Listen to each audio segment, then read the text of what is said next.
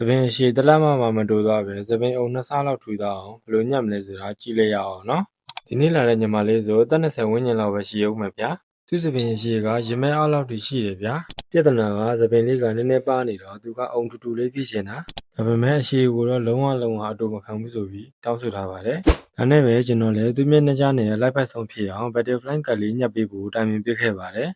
ဟက်ကပညာရဲ့အရာပြောရရင်ဒီ butterfly ကတ်ရဲ့သဘောတရားကသပင်အောက်ခြေအရှည်ကိုတောင်းမထီပဲ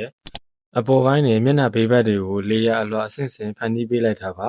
ဒါကြောင့်အရှည်မတူသွားပဲတိတိတတ်တာအုံထူသွားတဲ့အောင်ဖြစ်သွားတာပေါ့ကဲညှပ်ပြီးသွားတဲ့အချိန်မှာတော့မှန်တဲ့ကသူ့ပုံစံလေးကိုကြည့်ပြီးတော်တော်လေးကျေနပ်သွားပါတယ်သူလိုချင်တဲ့အုံထူလေးလည်းဖြစ်အရှည်လည်းနှမျောစရာမလိုတော့လို့အရန်ကိုပျော်သွားပါတယ်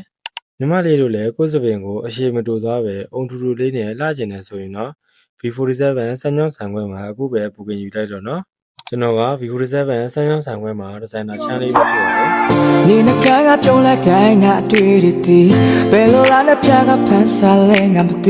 辛苦的推到了过多心里，从没见没了。